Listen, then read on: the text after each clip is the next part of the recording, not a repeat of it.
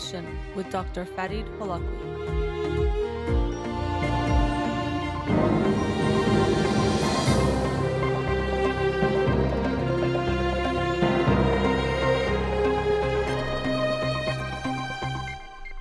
Good afternoon. Welcome to In Session. I'm your host, Dr. Farid Holakouee, and I'll be with you for the next 2 hours here on Radio Hamra. Studio number to call in, 310-441-0555. I'm a licensed clinical psychologist, so you can call in with any questions related to clinical psychology, including any emotional or psychological issues, parenting issues, and relationship issues as well. You can also follow me on Twitter or Instagram, or like my page on Facebook to get updates on the show, or suggest topics or books for the program, and the shows are uploaded at the end of each week to my SoundCloud page and podcast on Spotify and Apple Podcasts. Again, our studio number, 310-441-0555. So lately I've been opening up or putting in my Instagram story for people to suggest topics, and I get many of those, and I thank you for sending those in. Most of the time I can't get to I can only get to a few of them, but I also get messages and other requests as well. And I got a request recently for a topic that I'm going to start off the show. So thank you to Amy for that recommendation to talk about friendships. And I thought it was a important topic because it's one that gets neglected in shows like mine and the ways we approach our lives. And similarly, it gets neglected at times in our lives as far as the focus that we put in, the effort we put into our friendships. Usually when we think of relationships and people talk about relationship advice, what we mean is romantic relationships only. But really, we need more than just that. We need more than just a romantic relationship in order to be happy, satisfied, fulfilled in our social lives and how we feel in general.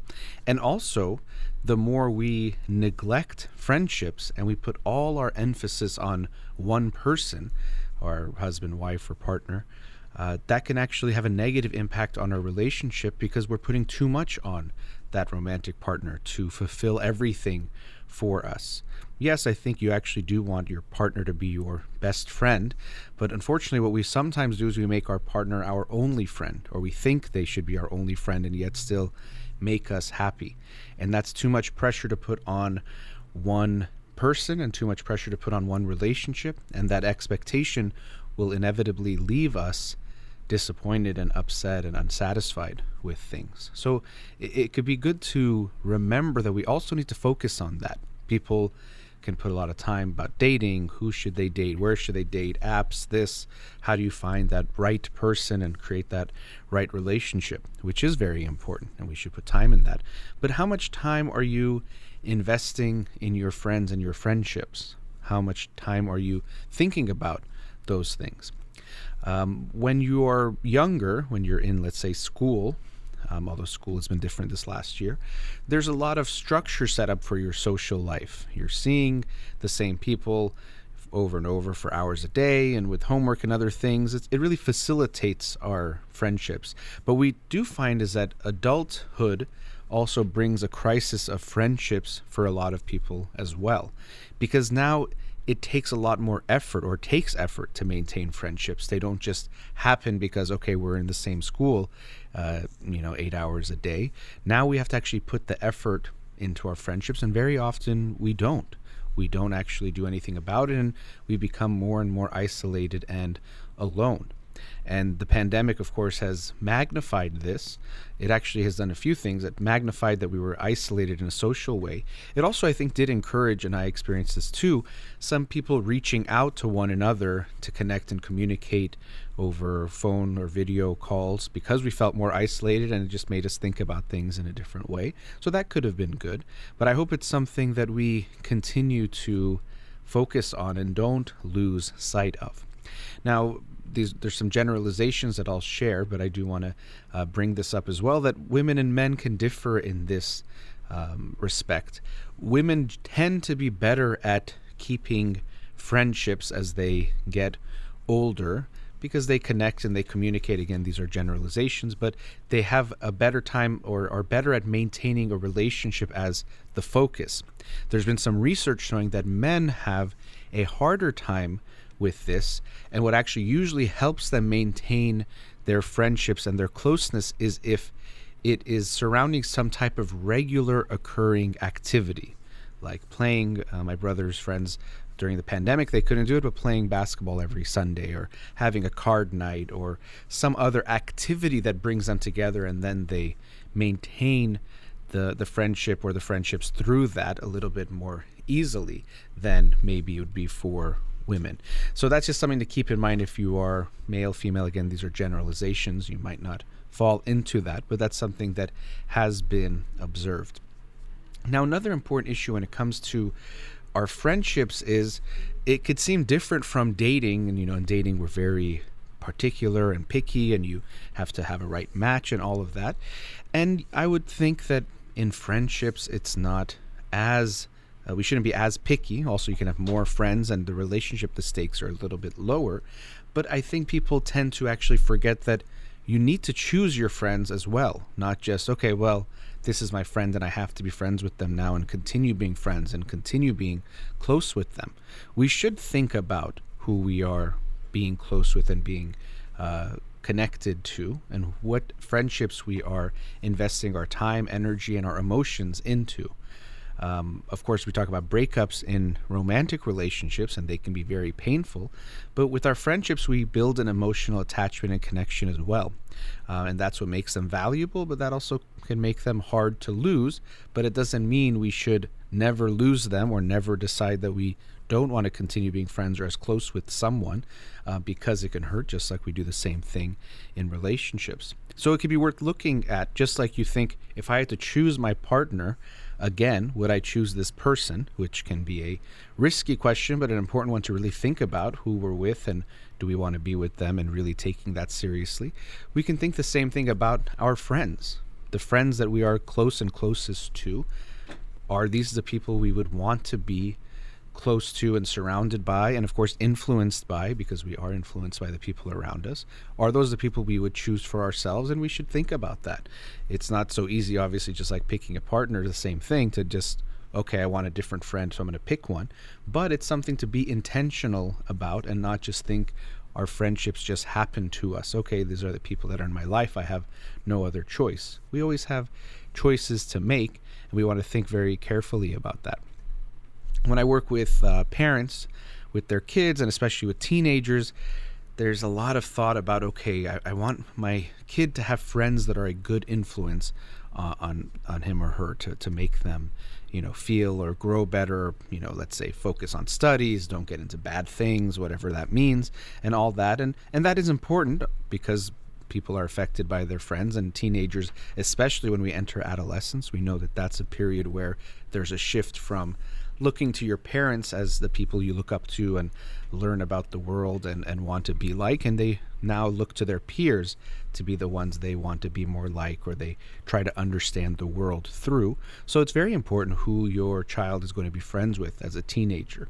We can't totally control that, and parents try to do that, and I think that usually backfires. My point here isn't getting to that point, but to actually recognize as adults the same thing is true. You're going to be influenced by the people you surround yourself by. And so we want to be mindful of who we are surrounding by ourselves with, because we might think, oh, no, I don't get influenced, I'm my own person. But we are human beings. We are constantly being influenced by our world. The bigger overall culture is always affecting us and influencing us, but also the smaller circles that we tend to spend more time with and connect with and communicate with, that's going to have an even bigger impact on who we are, how we live our lives, what types of goals we set, what types of lifestyle we create. It's going to be heavily impacted by the people you surround yourself by. So it's just something to be mindful of.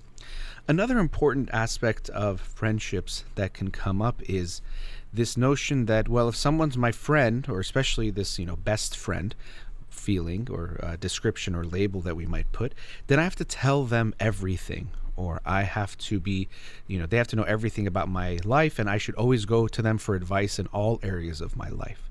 But I think we want to be careful about this too. It's not that I'm saying hide things from your friends, but being aware of who we're getting advice from, because a lot of times when people give us advice, they're talking much more about themselves than they're actually giving advice to you.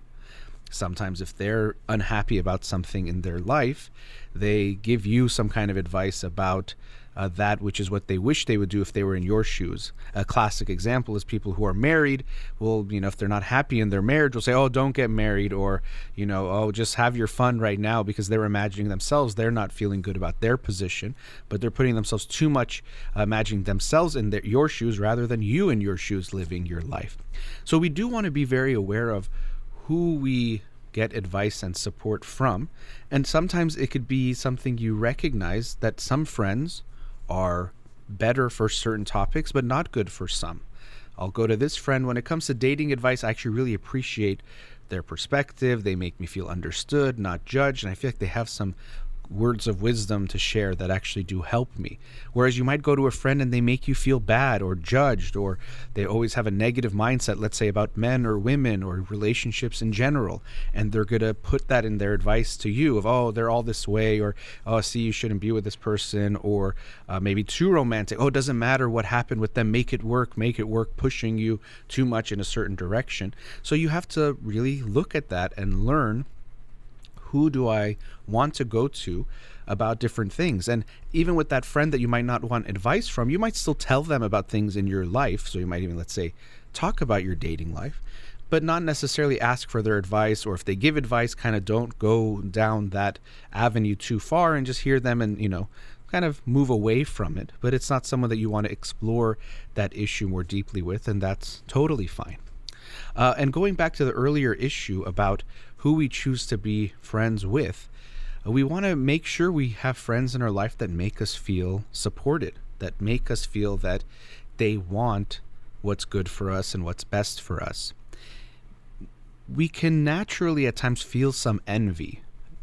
We would want to say, oh, I'm never going to envy my friends. I only want what's best for them, only 100%, nothing else but that. And that's possible, but a human emotion we have is envy, that when we see someone have something that we would like, whether it's something, a material thing, some relationship, some quality, we can't even have a healthy envy that comes up. And there's a difference between a healthy envy and a toxic envy. Healthy envy is, wow, I admire that part of them or what they have I wish I had, and so I want to see what I can do to get there.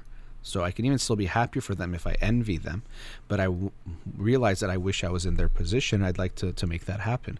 A more toxic envy is, I don't like that you have what you have, and actually I'm not even sure if I can get it, so I hope you lose that, or I wish, if you have this relationship, I hope it doesn't work out, or if you got that job, I hope you lose it or something goes wrong, because I don't like this feeling of feeling like I have something I want, and I hope you don't have it either. That's more of a toxic envy. And so even in ourselves, we should look at this. Am I having any of this toxic envy? And that's not coming from a good place. And if we have that in our lives, it's not going to make us feel good. It's like a poison that we're going to keep swallowing. But even with your friends, how do they make you feel about the things that you're going through, things that happen good in your life? Do you really feel like they are wishing the best for you, cheering you on, wanting you to do better and to have good things happen? Or is there some ambivalence or mixed feeling there that you recognize they don't make you feel so good when something happens? And again, we don't have to stay with friends forever. I would hope that actually something like this happens, rather than just cutting them off. We talk about it, we make it a conversation. Sometimes people, they'll let you know, I'm going through a rough time. So it's been hard for me because I feel like nothing's going right in my life. So it's been tough to see you doing so well, which could be difficult. And maybe it means the friendship won't be able to continue, but maybe it can when we're being open. And so similarly, something I try to encourage when it comes to romantic relationships is having the uncomfortable conversations, having the difficult conversations that don't feel good in the moment, but sharing when we're upset or hurt or have a feeling about something in the relationship, about what the person has done or what's happening between us. But we need to bring those things up, because any relationship to be healthy and strong has to face the issues that are really there, and avoiding them doesn't help. It only makes it worse and creates distance between you and that person. So I would encourage people to have those conversations and friendships as well, to share how they're feeling. It's not just a romantic relationship thing. In our friendships, we need to try to be more open, address issues, and either we find out we can work through it and you'll actually be closer, or at least we brought up our feeling, and if things don't work out, we don't have to live a relationship that feels like a lie or that we have to hide who we are. So I appreciate, the topic suggestion from Amy. Was a good one, because sometimes even on my show we can talk a lot about dating and then family relationships, but friendships can get neglected, and similarly we can neglect friendships and the effort and the intention we put in our lives when it comes to friendships as well. So thank you. Let's go to a commercial break. Studio number 310-441-0555. We'll be right back. Welcome back. Let's go to a caller. Radio Hamra, you're on the air. Hello. Hello, thanks for calling. Hi, Dr. Holakouee. Thanks for taking my call. Sure. I have actually, I'm stuck in a marriage that I don't know how to end, and I don't at the same time. And Sorry, I think we're kind of losing you. It's breaking in and out. I don't know if it's the reception or something. I feel like. Hello? Yes, you're breaking in and out. I don't know if it's your reception or something with the speaker. Can you hear me now? Now I can, yes. Let's see how it goes. Okay, perfect. I've been, at the age of 42, I feel like I'm so hopeless, and I feel like I'm close to, ending my life because of so much depression I have, or I don't know. I don't feel. Okay, let me tell you. I've been married for 15 years, and my husband is 18 years older than me. With the previous marriage and 2 children, they are adult children now. And when I met him, he did not share any of this information with me. And 6 months after our relationship, he started saying one by one that he has 2 children from his past marriages. Actually, he had 2 marriages before. And I was very young. I was 22 at that time. And so, of course, and he's in private practice, and I was in college. I finished college and graduated with a major of design, and then in 2007 we got married, and in 2010 I've got my child.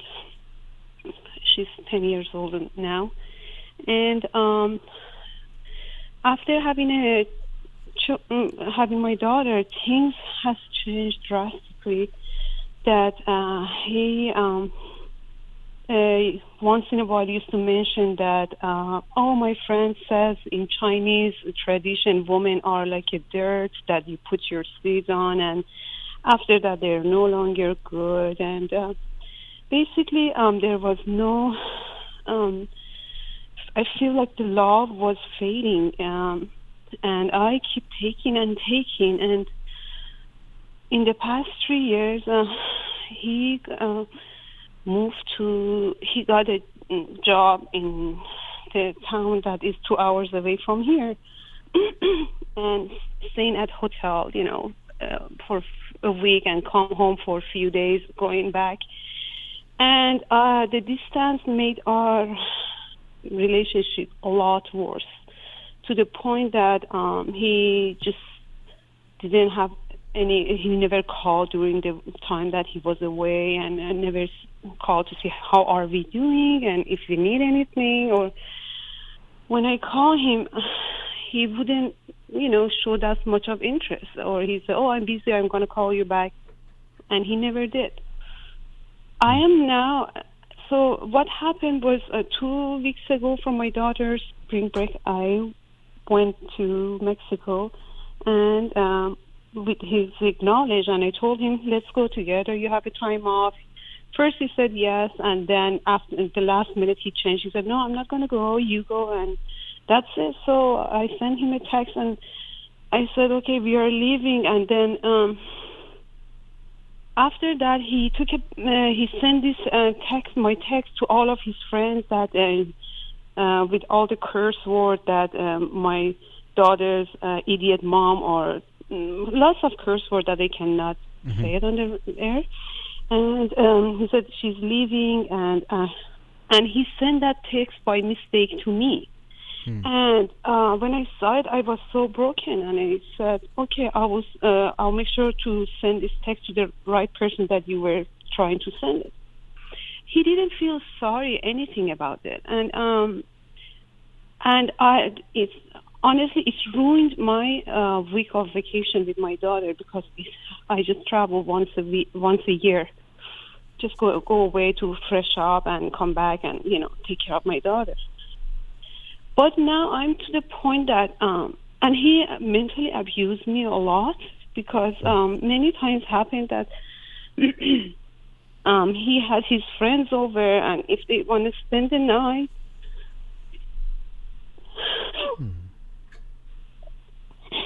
he was asking me if they can have an intimacy with me, and I just rejected. And I remember one time, one of his friends, who was a retired police officer, he came from Chicago to stay here for a few nights, and he asked me, "Oh, my friend is so interested in you. He says you're so beautiful, this and that." And he just, "I'm okay if he can sleep with you and make him happy." And I said, no, what are you talking about? And then I hear the steps that I rejected. He asked his friend to come upstairs and come to my room. So I was so afraid. I went to my daughter's room because I knew I'm next to my daughter and he can't do anything to me. So the same story happened a lot, that he just tried to please his friend and ask me, "Oh, they are so interested in you and they just want to have intimacy for one night," and I always reject. So all of these thoughts now making me that, why am I living here? Why am I? Yeah. I mean, my daughter is the only reason. But how is this good? How is this? Well, oh, you mean for you to stay living? Yes, I thought you meant to live with him. No. I'm in disbelief in what you're sharing. It sounds so horrible, so horrible. I wanted to let you keep going, but he always told me that you can't, if you get divorced. Since I had 2 past divorces, I can manipulate the court and the system that they go to on my favor, and you'll be the loser. So,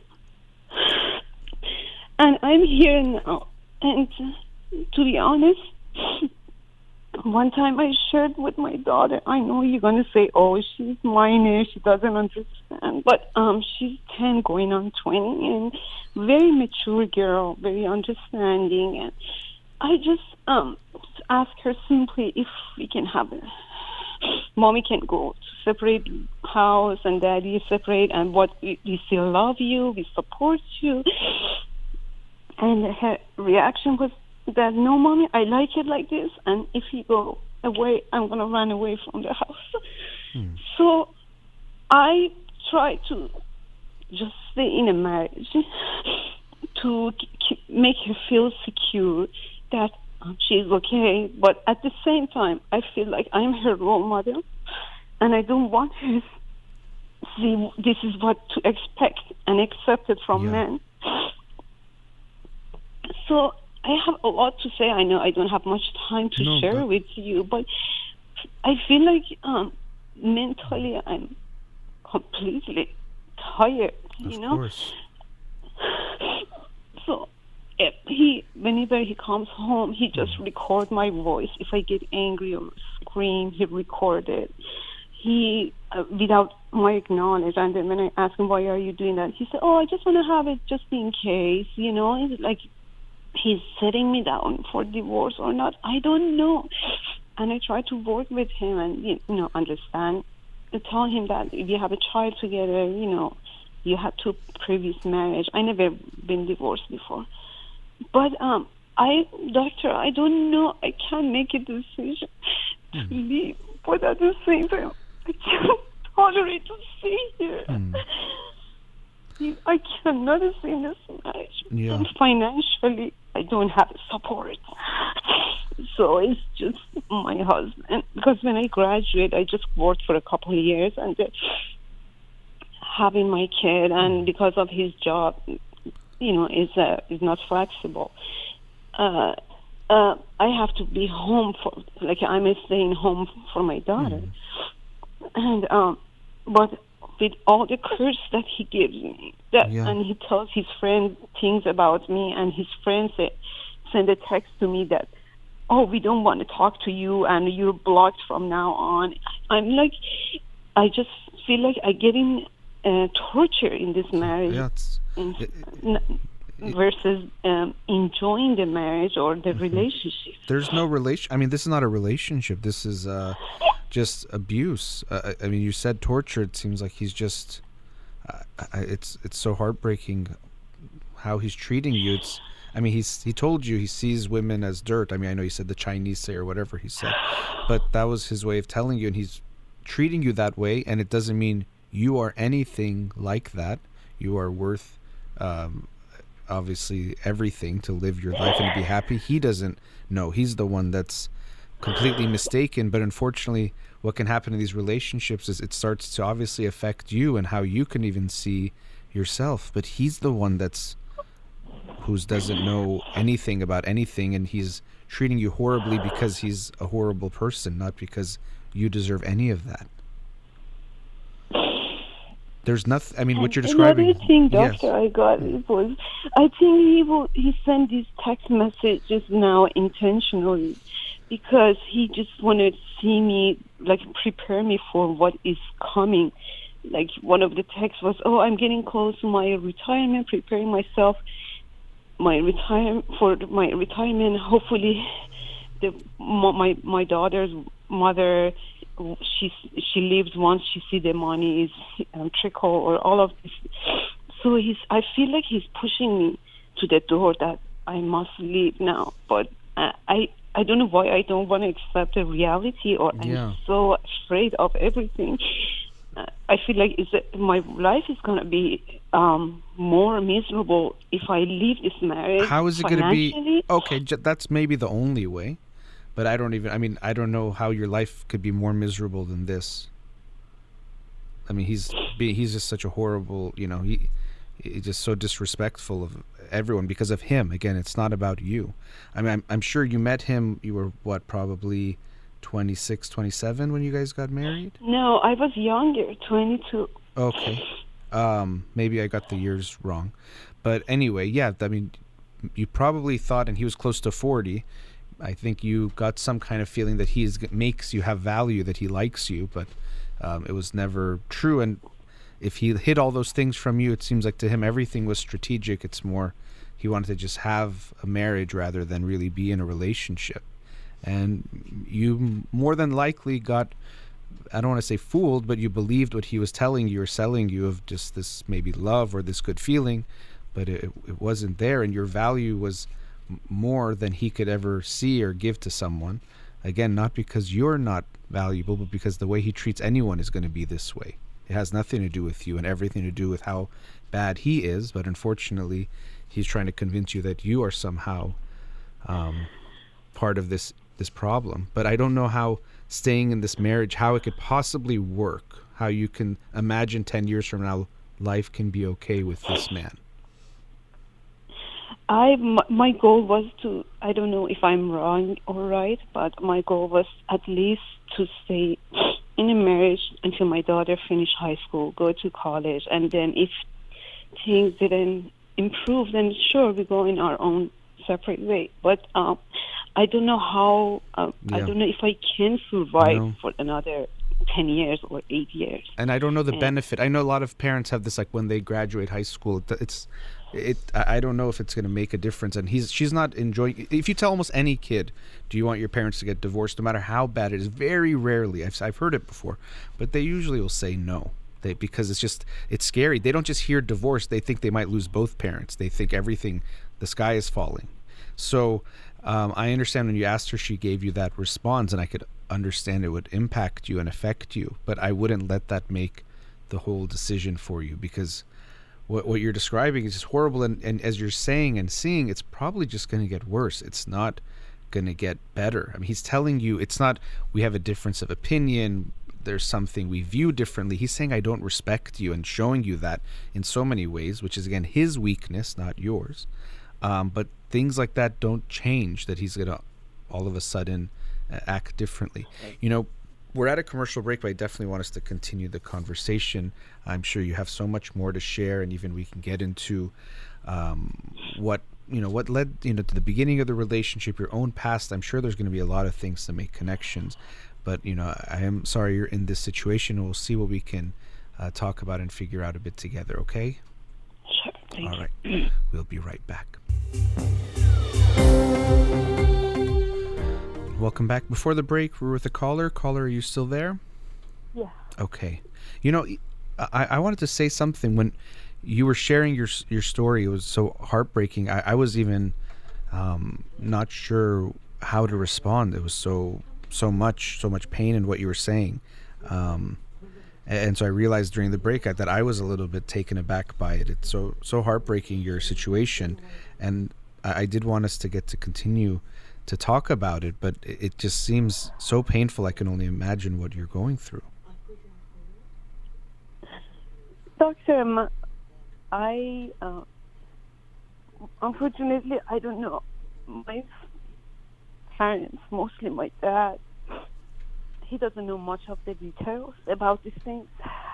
But when I tell him that I'm very unhappy, I don't know if he has that old thought of, you have to stay in marriage, or, no, you shouldn't stay, you have a daughter, and why you want to get divorced, all of that. And I can't explain to him. And I understand of his age, because he's in his 70s. And I feel like by doing this, I may hurt his feeling, or he will not be happy with my decision. But my siblings, they believe that he's just a monster, that I have to leave him and get out. But yeah. I feel like because he's an American and two different cultures, and he's more well educated, and because of the title he has, I always afraid. And financially, he's on control of everything, and I'm in a limit budget. So my fear is, if I go pursue through a legal system, he will have, this top attorneys, and he will, like the two previous marriages that he won. I'm afraid the same thing happened to me, and I lose everything here. 4 years ago, he forced me to sign a paper that was against my will regarding the house that he was buying it for his investment. And when I asked him why should I sign it, he said, because you're not working, and this is my retirement money, and I don't want to share it with you. Of course, when I'm dead, then you can use it, but I want you to sign this. And he had his friend over, so I was forced to sign this paper. So he took my name out of everything that was investing in that house. So similar to this, he did many things, and because I thought I tried to be honest with him. I did everything for him, but at the end, I realized I just destroyed my future. Anyway, now I am completely. I don't know how to start it. If I want to start a divorce, I don't know where to start. And to tell you the truth, I'm really afraid. I just don't know what's going to happen to me. I'm sure it's very scary, and I don't know the financial details, and I can't tell you what would happen in a divorce and what he would do or wouldn't do.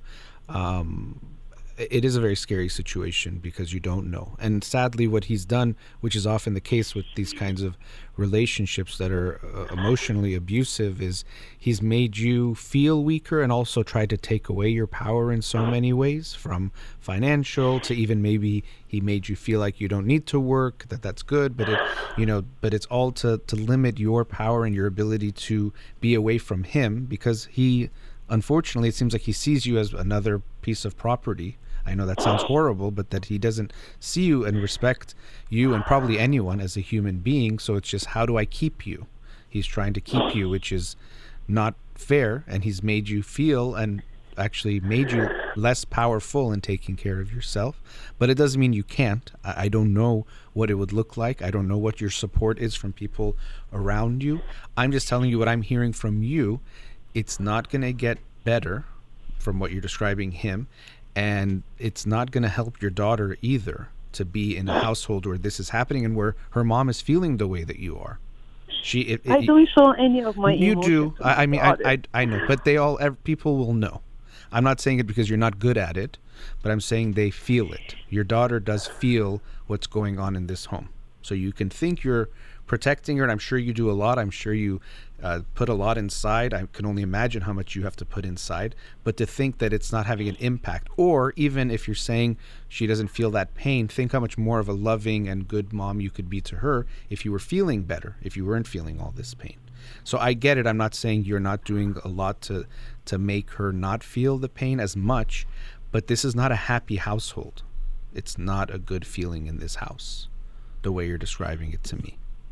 Doctor, how can I help myself? I mean, I know I have to go, at the end, I have to go to this path to get divorced, but how to prepare myself? Because whenever it comes to, I think about it, I just try to cross it out. I'm like, no, I don't want to even start it. It's like I'm denying the reality, and I feel like, oh, this is not just real, and it's going to get better. It's going to get better. But like you said, it's not getting any better, Well, when something is so scary, we always want to avoid it whenever we can, and you can always avoid it. And that's kind of the problem here. As far as preparing, obviously we can talk about that, but one thing you have to know is that it probably will never feel like you're ready, in the sense that it's going to feel good.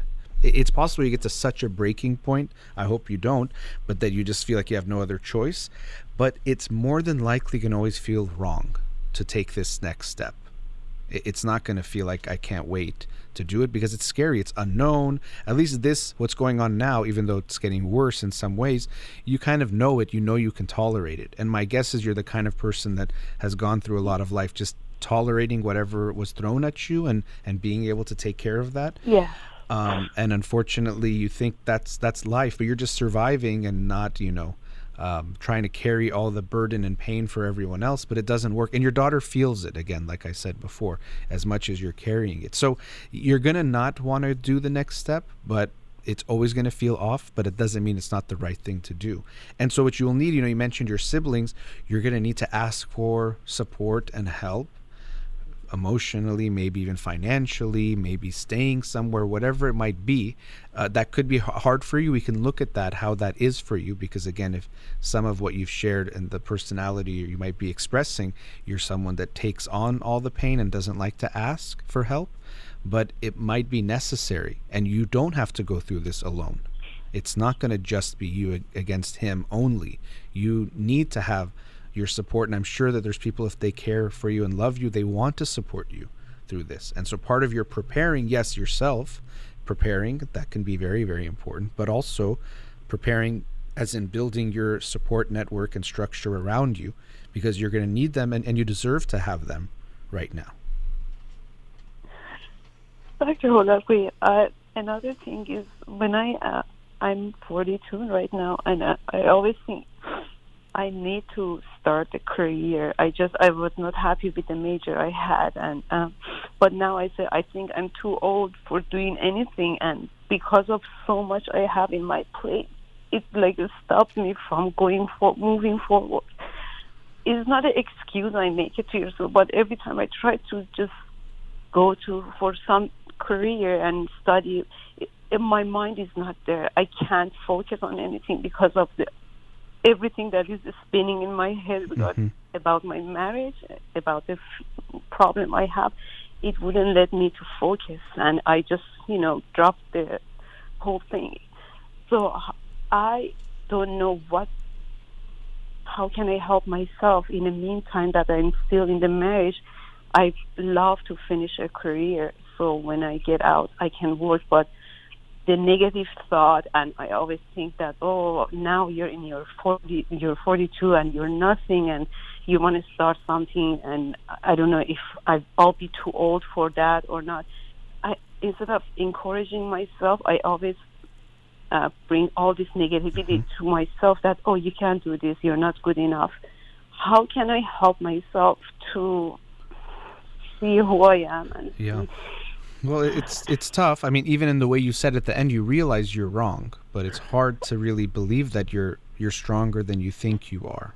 And in a way, it's scary for you to realize you're stronger than you are, because then you can realize you can leave him and you can take care of yourself. But it is scarier to do that.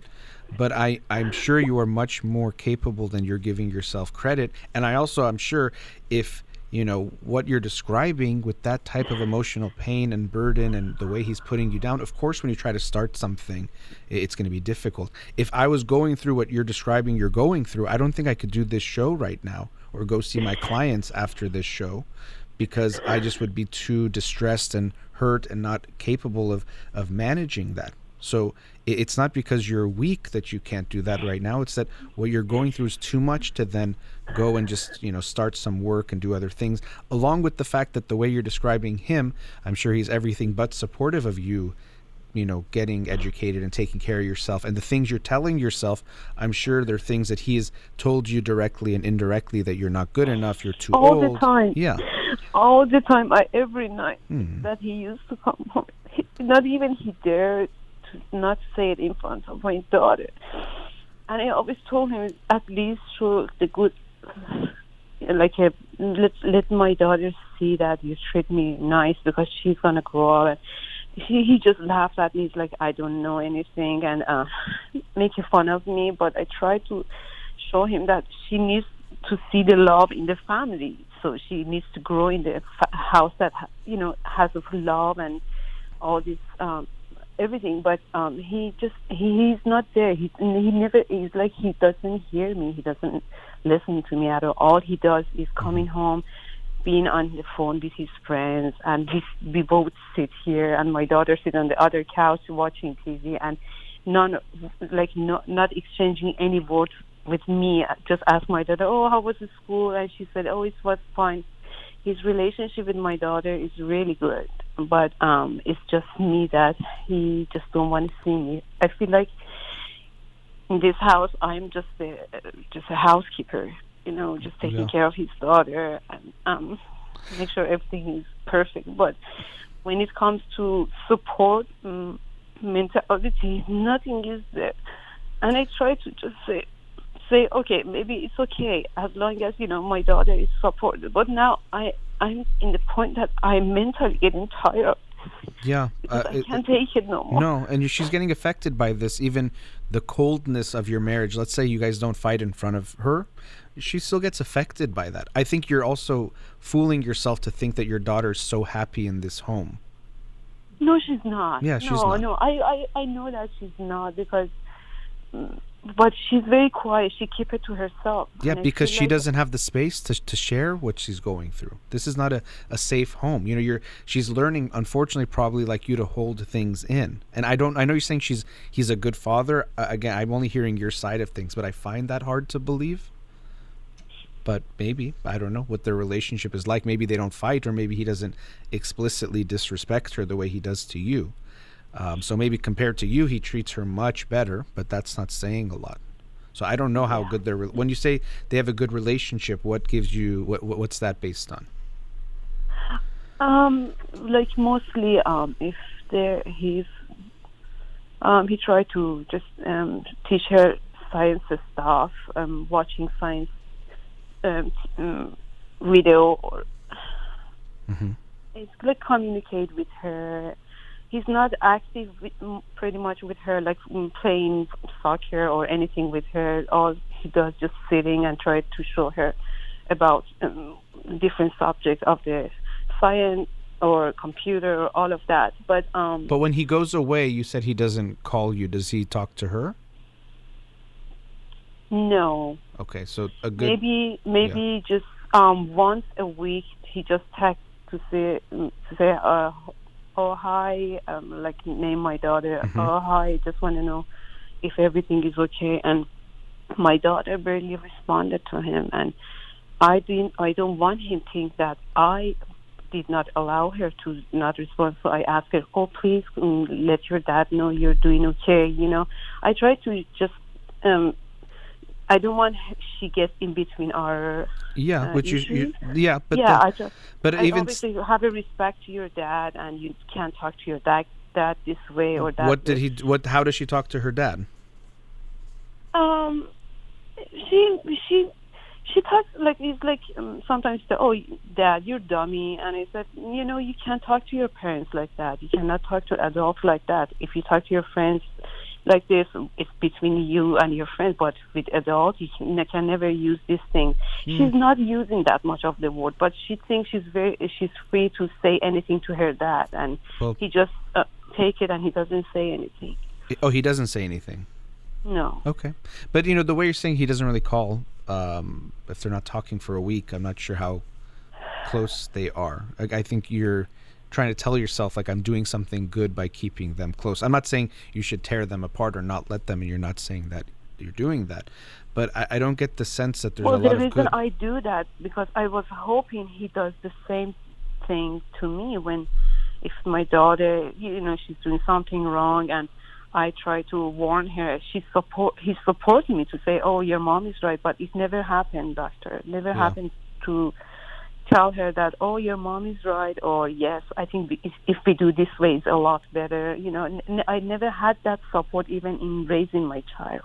Yeah, I mean, I don't see a lot of good that's coming from you and him being together. Other than the financial, I almost see nothing that's any benefit, and even that, I don't know how it's going to play out. But I'm not sure what's the good of being, and even he's not even in the home most of the time. So I don't know how much will change if you're divorced, other than the What would financial. you recommend? What would you suggest for me to do? I don't know. To be honest, I don't know where to start it from. How can I get up, and stand for myself and move on? I can't. I feel like I'm lost, doctor. Yeah. I I mean, the feeling is that you're not sure you can do it, and it's not going to be easy. And I'm not an expert on the legal side of the divorce, but it's going to feel, like I said, it's not going to feel right the next step you're going to take if it's towards that. But as I said, you're going to need support from other people. And after the break, we're at another commercial break, but I don't want us to stop yet. So we'll talk some more. But I want to see, who do you have in your life that can support you and help you? You mentioned your siblings, and that seems like they agree that you should not be with him. So I'm wondering who you do have in your life, and we can talk a bit more about that and what you can do after the break, okay? sure. All right. We'll be right back.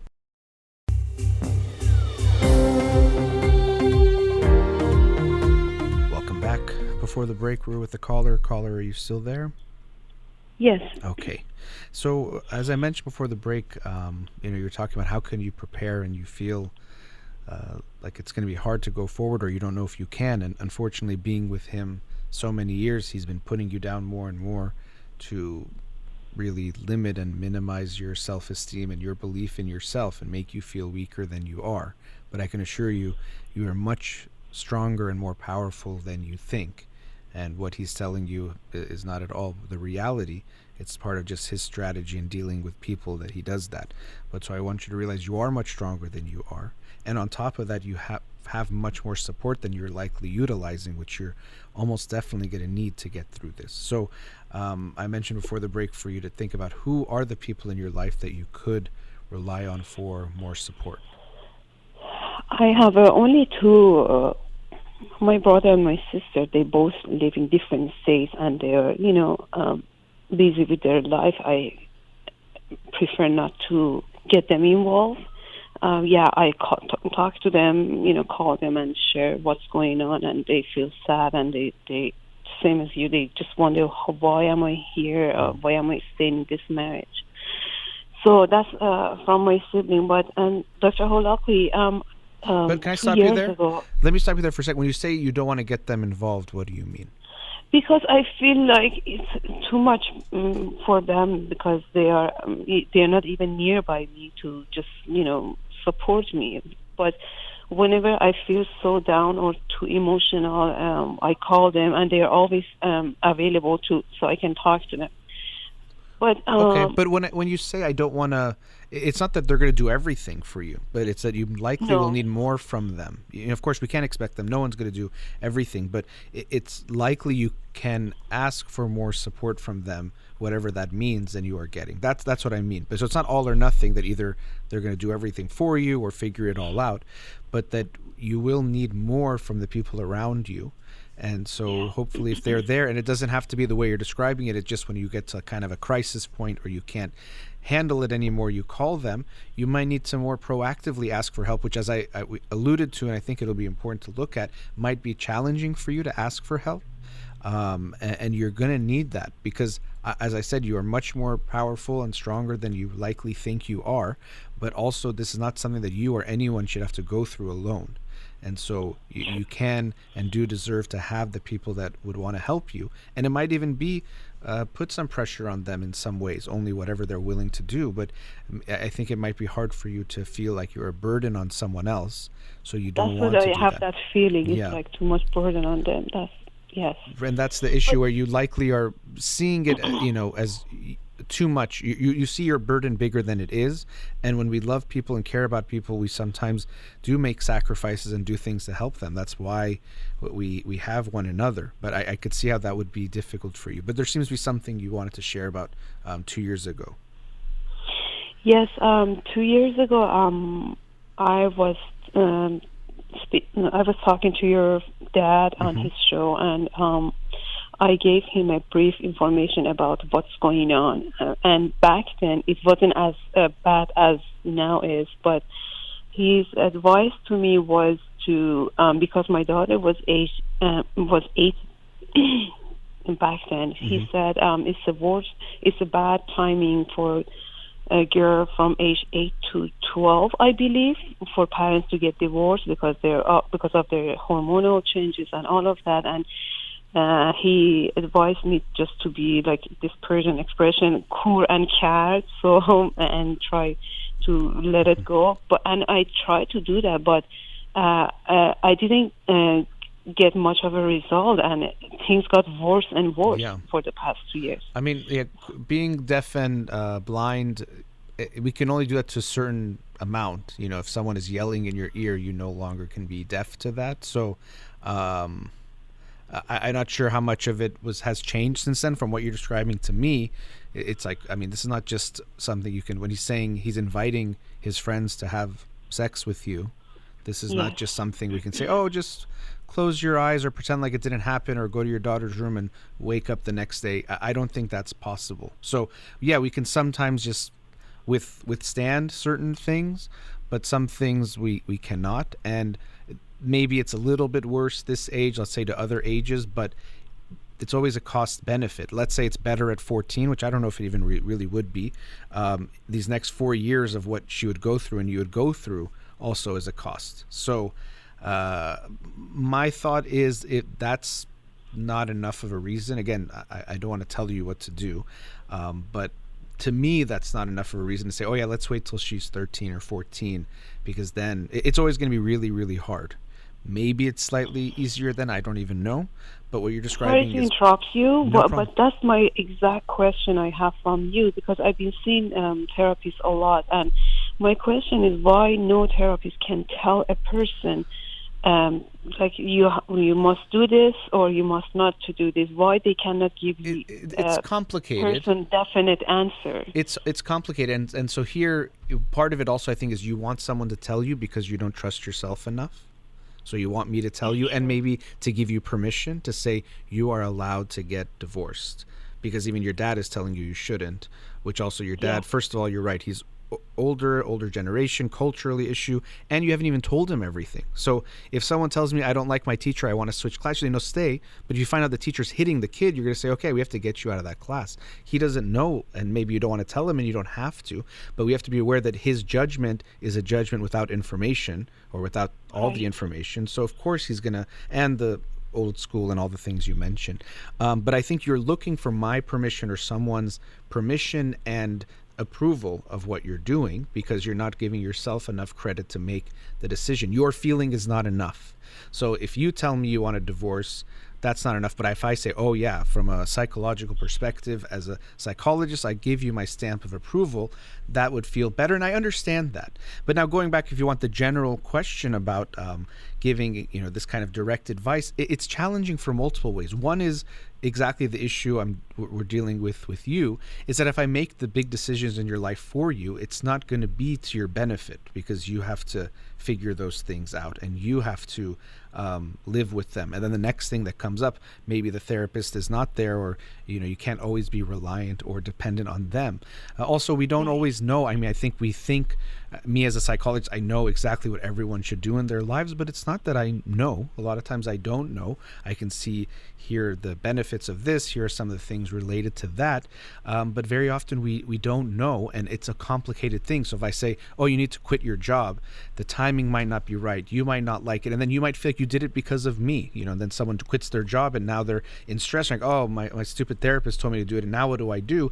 It just creates some dynamics that are not healthy. So rarely will a therapist say something like that. And even, I mean, I've said it to you almost explicitly, but I'm not going to tell you exactly what to do. But the way you're describing things to me, the unhealthiness for you and for your daughter, to me seems very severe. So I can definitely say that part very clearly. And the waiting part to me is not something that, it seems like it's just getting worse, and you can't be blind and deaf to what you're talking about here. We're talking about poison. So poison is not something you can just pretend like it's not hurting you. And again, your daughter, maybe he doesn't say any of these things around her, but I can't see this being a good, if someone said this is the dynamic for this, for a little girl, I would say this is really, really painful and bad and toxic. It's not a good situation. It is a toxic house. I see it and I feel it. Yeah.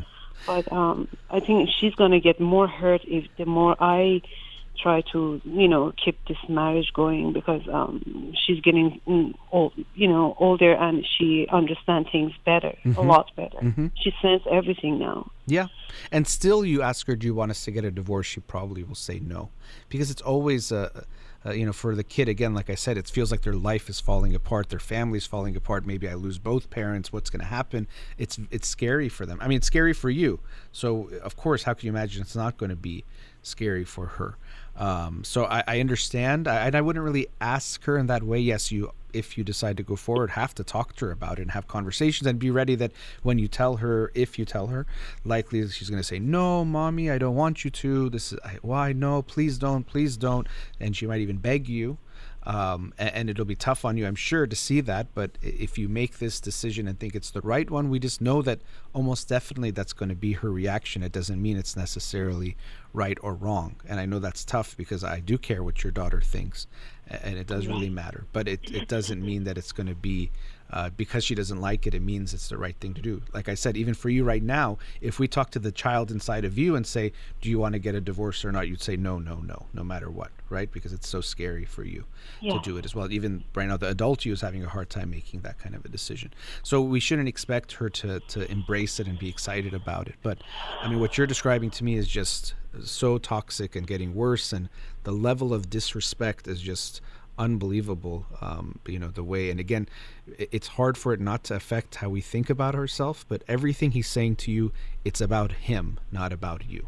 It's not that, oh, because you are so whatever, I talk to you this way. It's because he has no dignity and respect himself that he talks that way or treats someone that way. I mean, let's even ask yourself this. Someone says, this is my wife or my husband, let's say whoever, you know, we're talking about, and I treat them this way. I mean, how do you think of that person? If I tell you some other story that some woman is treating her husband this way, I don't think you'd be like, oh, the husband must really be a bad person. You'd be like, what's wrong with this woman that takes, you know, treats her husband that she's supposed to love in that way?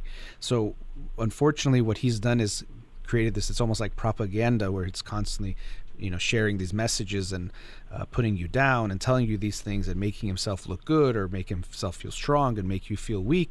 And I'm sure it's affected you, but just try to remember that has nothing to do with the reality. And if anything, it's the opposite. Only someone who feels weak inside would want to make someone feel the way he does. And he's afraid that if you were strong, you wouldn't be with him or would leave him. So he has to try to take away your leg so you can't walk away. But it's not because he's so strong. He successfully did, because Yeah. and that's how I see myself worthless, and I'm like, okay, no high education, and I mean I have so many skills and so many certificates from I have a different background, but the way he treats me is like I don't see any of those the things that I accomplished in my life, and I feel like I'm just worthless. Like he said, you deserve a guy who works in McDonald's, not me. Okay. And I mean, many things. I wish you would be with someone else other than him, whoever they work, whatever, or don't work. He's, again, none of that comes from a place of strength. I know it's easy for me to say it, not being in that. That's all from a weak place. No one talks down about anyone from strength. They make it sound, oh, these people are so this or this. It's always coming from weakness. So when you tell me about him, I don't think he's very strong at all. He sounds very, very weak. And it's a little child inside of him who's running the show, unfortunately, trying to act very tough and powerful, but he's afraid of you being strong or afraid of you leaving. So then why would he be with you if he thinks you deserve that? It doesn't make sense what he's saying, but because what he's doing doesn't make sense. But, I'm sure it has had that effect on you to, at some level, believe that, but it's not at all true. It's all reflective of who he is and what he's lacking. And you met him at such a young age, and probably, unfortunately, you tied your self-worth to him, and maybe initially he made you feel so good. Maybe this older, I don't know, you said he was a physician or had private practice. Doctor, you're exactly right, because when I asked him a few times that okay, if I'm this person and your family hate me, your friends hate me, so why do you want to stay in this marriage? And he always say that, because this divorce is expensive, lawyer's going to get the money, and there's nothing left for us, and we have a daughter together, we have to raise our daughter together. This is what he says. Mm-hmm. But, I mean, it to me doesn't make sense at all, because at one point you hate me and you put all this label on me, but at the same time you don't want to get divorced because financially you may get in trouble. So it's like I'm confused, I'm lost in everything. Well, he's kind of telling you he doesn't really care about any, and look, the way he's treating you, he still is living his life, he's doing whatever he wants, but he just doesn't want to deal with the financial price. But he doesn't want to do anything, care about anyone. He sees himself, or thinks he sees himself, as better than others. But again, that's always coming from a weakness within himself that he's trying to compensate for and put that onto you, that weak feeling. But he feels very weak. I know he doesn't come off, and he treats you very strongly in how he reacts. So I can understand even being afraid of him and how he acts, but it's not coming from any kind of genuine strength. And he's telling you you're weak, and you've believed it and made yourself feel that maybe I can't go on without him, but that's just what he wants you to believe. So I know that if you are to go through any kind of process of divorce, it's going to be scary. Preparing yourself, I would hope you even go to therapy again if you can. I would reach out to your family, friends, whoever you have that can give you some support. It's going to feel difficult. It'll never feel right, as in feel good and easy, but it doesn't mean it's not the right thing to do. And I'm very sad that you're going through all that, but I hope you'll recognize your own strength. It's much more than you think it is, and that you can look to a future. If you look 10 years from now, I can't imagine, if you try to think of yourself happy, you see yourself happy with him, rather than you can imagine a future 10 years from now where you've gone away from him and created your own life and you're happy. It's hard to imagine being with him is going to lead to your happiness, and also even to your daughter's happiness. The divorce will be hard on her initially, no matter what age it is, but I think likely in the long run it would be the best thing as well. Yeah. Thank you very much, Doctor. Sure. It was nice talking to you. I'm sorry to hear again that's the situation. Wish you the best, and hope you have. Thanks so much. You made me feel a lot better. I didn't know what to do, to be honest. I felt so hopeless. But then I said, I need to reach out to you to just I'm glad you did. Get some advice from you. I appreciate that you said that. I'm happy to hear that, and I hope you recognize that I'm glad I was helpful. I hope it was helpful to speak with me. I'm glad you reached out, and that's exactly what I'm talking about. You have to keep asking for support in more direct ways and people around you.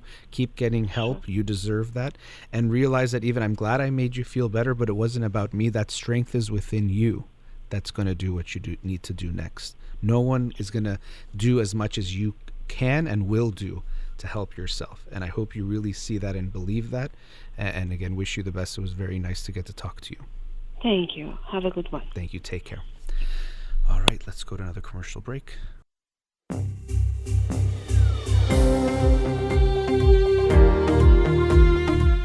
Welcome back. Let's go to another caller. Radio Hamra, you're on the air. Oh, hello. Hello, thanks for calling. Oh, no problem. Thank you for taking my call. Sure. I have two sons, 15 and 13.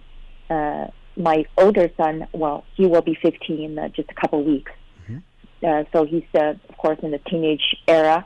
And this is a very long story, but I'll try my best to make it short and brief. My 15-year-old son has been experiencing a very severe sleeping disorder. Basically, he cannot sleep. Doesn't matter how he tried, he just can't sleep. So he stays up 2 days straight, and then he gets into the sleepy mood, and then he will be able to sleep for maybe 12 hours, sometimes even longer. So right now he has established this kind of a pattern. So I took him to see his pediatrician twice so far, and then the doctor prescribed him with the sleeping pills. Right now, the second time he increased the dosage, but my son been taking the 3 pills sometimes, 3 pills one night instead of a 1 pill. It still doesn't work. So and he tried a meditation, listen to music, and read a book, or just meditate. He tried, according to him, he tried every method, but nothing has worked. So he's very edgy. He's always kind of like irritable, always in a very foul mood, maybe because of lack of sleep. Mm-hmm. But he does definitely have the psychological problem, because I have to go back to give you a little background of the history. So I had a domestic violence happened about 12 years ago. It's a long time ago, when he was very little. So he was, and of course my 2 sons went through, the whole ordeal, talking about a CPS, involved. They were in the foster home, a few times, from home to home, for a total about 16 months. Of course, while me and my ex-husband were fighting at the court. So that time he was very little, 3-4 years old, and then the whole ordeal, lasted for a couple of years. So of course, I believe, and of course we already seen, a therapist a few times in the past. So he definitely went through some trauma. He is traumatized by his childhood. So that might have something to do with this. And also, to give you background, I don't know if it has something to do with the genetic, that he inherited some psychological problems from his father's side. His father was diagnosed with BPD, and of course bipolar, and histrionic personality disorder, and he was heavily involved with crystal meth for his whole life. His father passed away 3 years ago, which probably also traumatized him, because no matter what, he's still the father. He was the father of the children. And so, my son was, of course, sad for a while, but then he did learn the truth about who his father was. Then he turned, then he became very angry towards his father and me, because he said, basically, he felt that he's being brainwashed by his father. His father was using him as, of course, a weapon to get even with me, and he felt being betrayed by his father and by me. He's angry towards me because he still remembers sometimes, what he went through, and when he was little, he has vivid memories of what he had to go through. So he believes that, or he, basically told me that I failed to protect him. Right? So he's also angry towards me. So that's a very brief background. Yeah, what's his?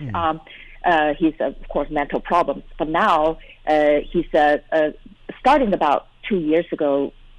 I just recently found out, because in the past few years we were just growing apart. Right? We used to be pretty close, but now we pretty distant. Then I thought 2 years ago, I thought, okay, he just started getting into this puberty, right? The hormone changes, everything. So I thought that his problems caused by that. So I didn't pay much attention until I guess this last year, since the pandemic hit, he didn't go to school anymore. So I started recognizing all these problems, especially his lack of structure. That's probably my fault because I don't have much structure, especially in the house. And then his lack of structure, lack of discipline is also not helping. And everything just I think come together. Also the COVID, the pandemic thing. So he's not coping very well with the situation, the pandemic situation. So that also probably put a lot of pressure on him, and that he's more depressed. And then I can see he's. I believe that he's definitely going through some depression and there's anxiety problems. But he denies he's depressed, but he admitted that he has anxiety issues. Yes, he's been seeing a therapist for about 5 months now, but I don't think it's working. This kid can be very manipulative. Okay, and then I understand that sometimes he just twists the stories. When he talks to his therapist, he can, he does manipulate story. He doesn't tell the whole truth. So I don't think that's also very. I don't think that therapy is working. So I'm pretty devastated here. I see my son only 15 years old and have to take pills after pills. And by the way, last year, I think this information also important. He took some street drugs. Later on, found out that probably Lexapro. I don't know what else he took, but he told me that was only one time. But I did have to take him to the children's hospital to ER. He almost overdosed on Lexapro. Lexapro, yeah. He didn't even know. Somebody just gave him some his friend. Usually, Lexapro is an antidepressant, and it's slower acting, so it's usually not used as a street drug. I don't know if that's what it was. Are you sure it wasn't something like Xanax or something else? He, according to him, the story was the kid trying to give him a Xanax, because Ian said, I hate my wife, I'm very depressed. This was earlier last year, the January, so before the pandemic. And then he expressed his feelings, just unhappy and depressed at home. And then the kid just say, hey, I have some Xanax. So the kid, I think, tried to sell him a Xanax, but he didn't want it. So the kid gave him something else. So the teachers, also school found out, so the teachers believed that it was Lexapro. But he didn't even know because, the kid just gave him a little, bottle without any label on it. So it could be anything. Yeah. But he took a bunch of them. He took about 10 or 12 of them, and they started getting probably hallucinating. He's very lethargic, and then, but he didn't tell me, of course. And then when he went to school in the morning, he probably went to, went to the bathroom. He had to throw up for many times. That's how he got, busted by teachers, because they finally, he got caught, probably vomiting in the bathroom so many times. So they questioned him and they called the police, then the school also notified me and I had to go to school. The police had to escort him to the ER, the children's psychiatric ward. for the treatment. He was, by law, I think it's called a 72-hour hold. But of course, I picked him up a little bit earlier than that. He's just got him home a little bit earlier. But he did apologize. He showed remorse, but he was crying, and he apologized for doing that. But that was so far the last time he did it. But I don't know what else he's been doing because he doesn't tell me the truth. Okay. Yeah. Because of the Well, I was just gonna, there's so much. I'm sure, like you said, I could tell. Also, you're trying to get out so much of the story, and there's so much. Oh my God, there's so much story. Yeah, I'm sure there is. I can tell you for 3 days straight. I can imagine that what you told me was just snapshots of some important things, but there's a lot more. Yes. And you're in a very challenging spot with him because. Unfortunately, there's kind of a combination of bad things going on. The genetics, definitely all mental issues have a genetic component. Bipolar disorder definitely does. So that is, itself concerning because, he might have that genetic predisposition to it.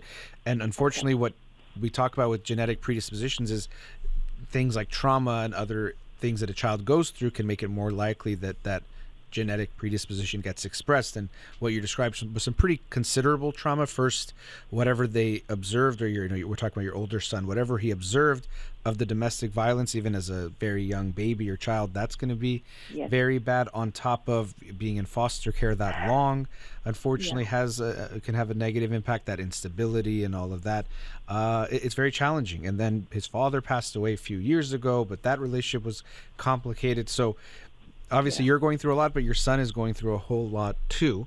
And so we're trying to help him, and we might have to recognize that although I hope for him to be totally okay at some point soon, that we might have to lower our expectations a bit in recognizing that even when you say therapy isn't helping, it might still be good for him to be in therapy, even though you might not see some big change in him because what he's going through is so significant and severe that, it doesn't mean therapy is going to fix what he's going through. But about that point, I wouldn't stop the therapy. If your son says he likes it, and maybe he's going in there, we don't know what he's saying, and I wouldn't even try to get involved by asking the therapist to tell you what's he's saying in some kind of detail, especially to try to catch him in lying or hiding things.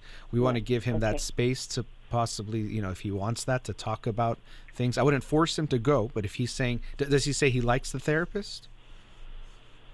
He's neutral. He already saw, after his father passed away, he went through 8 months of treatment therapy, also with another therapist. But I just don't think it works. I never, Yeah, and that's what I meant by works is a relative term, and here probably it's nothing anyone's going to be able to do in a short term is going to make a huge impact and make him totally feel okay. So if he's neutral and he's okay, I think I'd rather have him at least in the care of someone where they're observing him at some level and might be able to keep him involved. He likely needs to see a psychiatrist. I don't know if he is seeing one regularly. My concern is the lack of sleep, the insomnia. It could be a lot of things.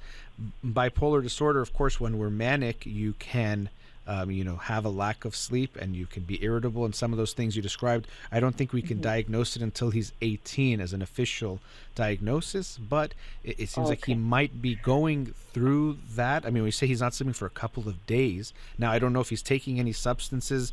As far as you're saying he shared with you those few times he did. I don't think so. I did look, when he's not home, I searched the room thoroughly twice. I couldn't find anything. Okay. Yes, that was one of my concerns, but I don't think that's. I did make him promise me, but of course he's already lying, a lot and manipulating, So I don't know. But basically, we don't have very good communication right now. We barely talk, basically. And so related to that, I know it's hard not to monitor him, and I'm sure you will. So I'm not saying don't do it. You won't do it at all, but to really make it like a cops and robbers, prison guard and prisoner probably is not going to be the best. I understand your concerns about him. Now, let me, we're at a commercial break, but I don't want us to wrap up. It'll be the last segment, but I'm going to put you on hold and we'll talk some more after the break about what we can figure out together. Okay? All right. Yeah, sure. Thank you so much. All right. We'll be right back. Welcome back. Before the break, we're with a caller. Let's go back to her now. Okay. Hi. I'm here. Yes. Okay. So, Doctor, yeah, what thank you you. were sharing, what your son is going through a whole lot, and it's not exactly clear what is happening. With the 2 days of not sleeping that you mentioned. Of course, that sounds like a drug could make that happen. Especially, you said his father used meth. That's the first thing that comes to mind. But when Yes. people are manic, they also can have a extreme lack of sleep.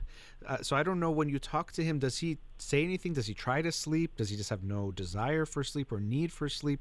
What does he share? Or what has he told you about that experience? Uh, I'm sorry, I didn't hear the last part. Was that a question? Yeah, like, what does he tell you? I try to sleep, but I can't fall asleep, or he says I just Right. don't even want to sleep, He said that he wanted to sleep. but he can't Yes, fall asleep. Okay. Right, he can't. He said that he can sit, lay in bed and just staring at the ceiling for 6 hours, 7 hours. He just can't fall asleep, you know. Yeah. And I, to be honest, at the beginning, I kind of, I was suspicious whether or not he was telling the truth. Like I said, you're right. I suspected that he probably didn't even want to sleep.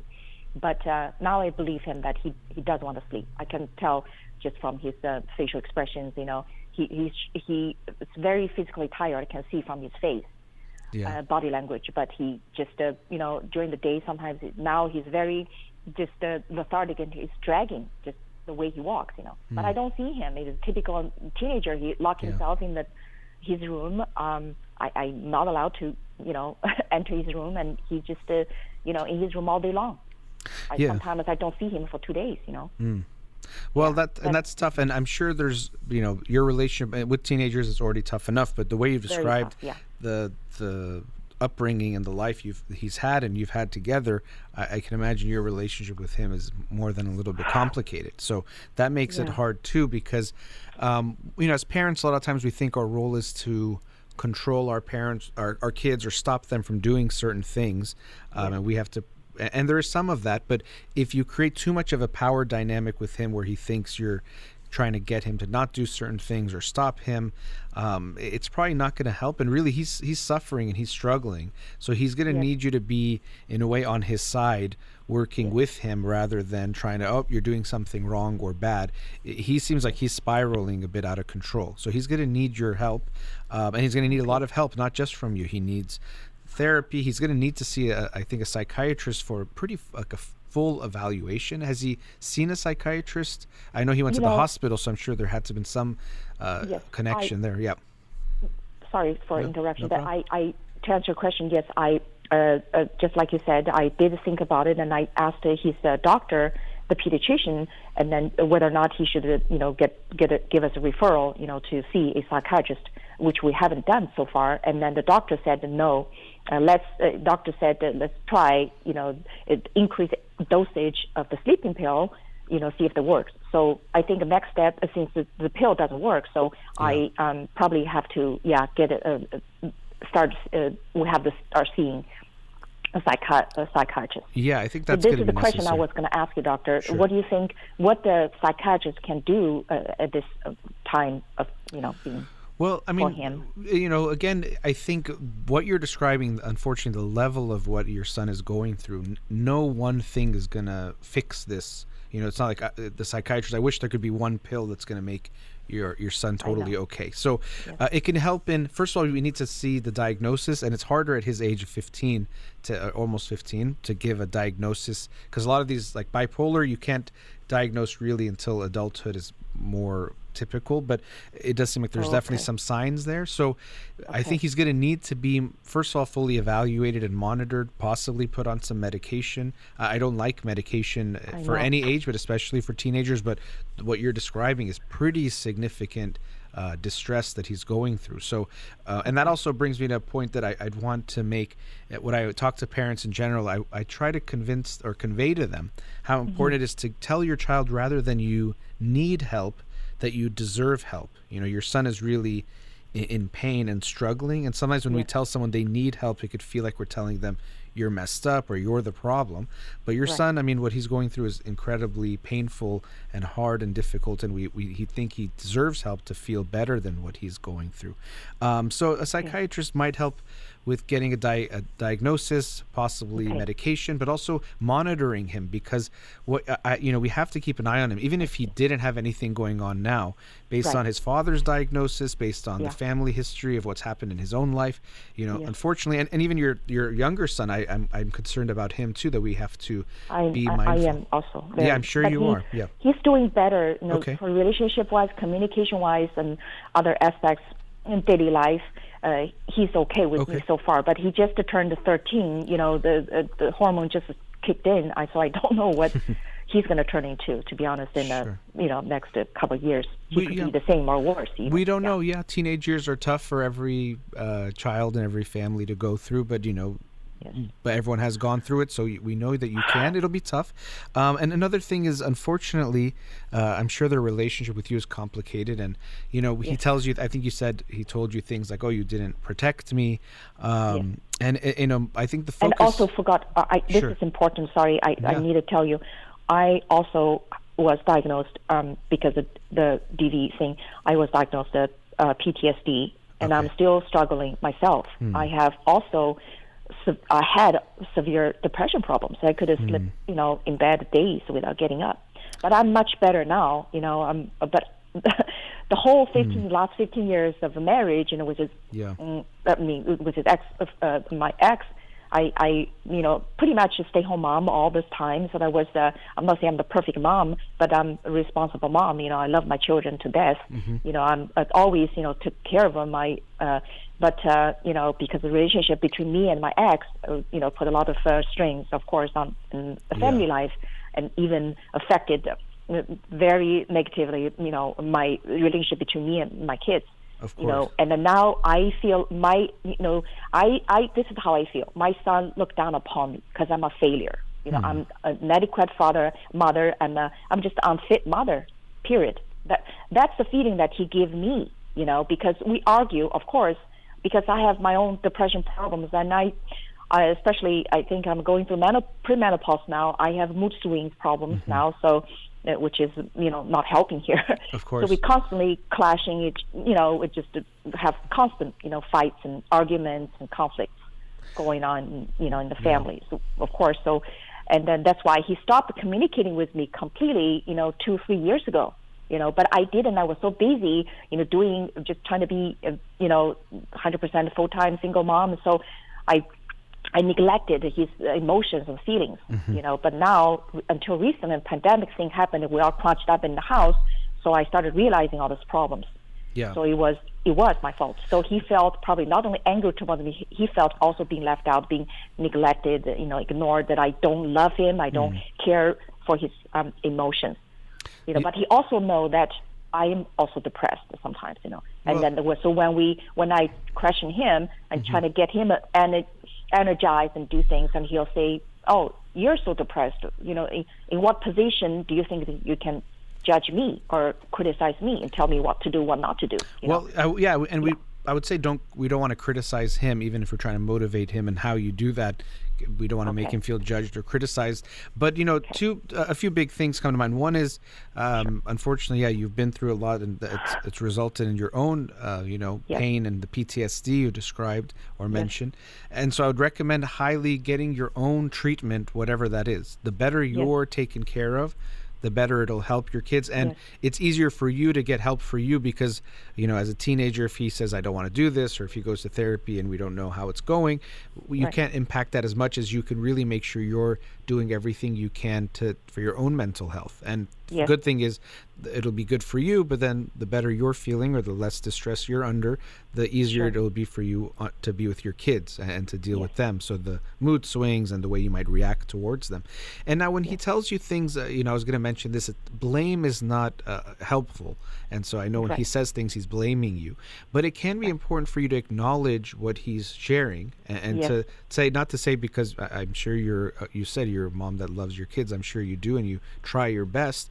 But recognizing, I'm sure there's things you've done and things you haven't done, like maybe not being there for him in certain ways about his emotions that you shared, that have hurt him. And so you can take, acknowledging that can be very meaningful, not to put yourself down, not to insult yourself at all, but to acknowledge that, I could see how that didn't feel good, and I can understand that when it came to your emotional life or certain things, whatever it is, like sharing that with him, to let him know you see his pain is valid, and you want to do even better and to try your best, and you always will.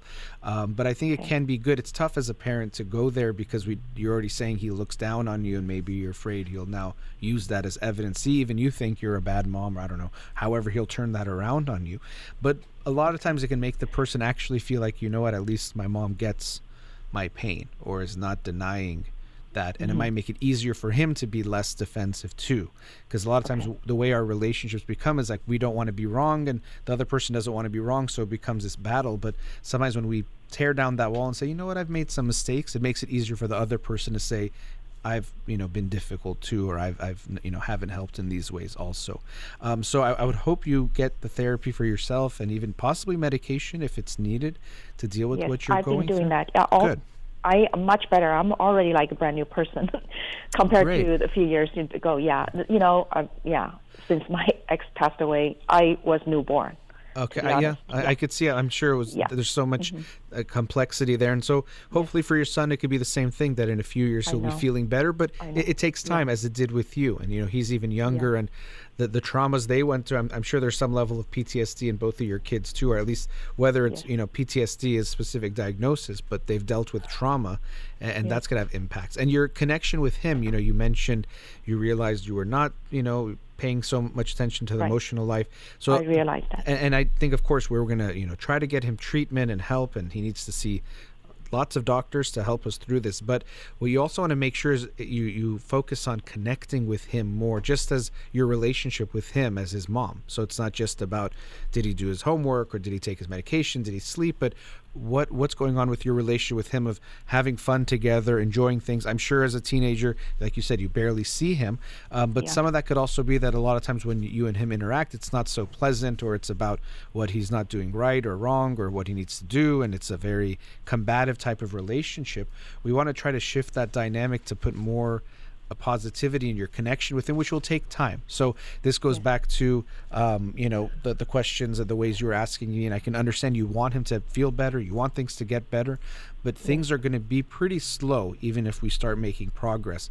There's a lot going on here, as I don't need to tell you that, but there's a lot happening that we're going to have to deal with, and so it's going to be slow, and you're trying to create a type of relationship with him you probably never had before, but that will take time, and he's really struggling. And so I think the pandemic, it's been hard on everyone, but I could see how with the particular issues your son has, it's made things even worse, and losing structure and just being kind of like floating and through life, and and unfortunately it's a tough place to be at. So keep getting the support and the help. He needs to see doctors. I wouldn't stop the therapy even if you're not sure. It's not going to change so much. The therapy is not going to, what you're talking about, therapy is going to be one part of a many part solution. So if he's okay with it, you're saying he's neutral, that's not bad for a teenager. You might not get, sometimes they really like therapy, but a lot of times they're like whatever about it. So I hope you'll continue with that. And I know whatever I shared also can't be that helpful because there's so much going on here, but I do wish you the best. Appreciate you calling. Thank you so much, Doctor. Sure. Is it okay for me to call you back to join the next again, week? Or? I'll be on. I'll do the show Wednesday. Would be happy to every get to Wednesday, talk. right? Yes. Okay. All right. Okay. Thank you so much, Doctor. Sure. Nice talking to you. For all your insights. My pleasure. Have a great day. You too. Thank you. Bye bye. Take care. All right. That brings us to the end of today's show. Thank you to Ghazala here in the studio. You've been listening to In Session with Dr. Farid Holakouee. Have a wonderful day.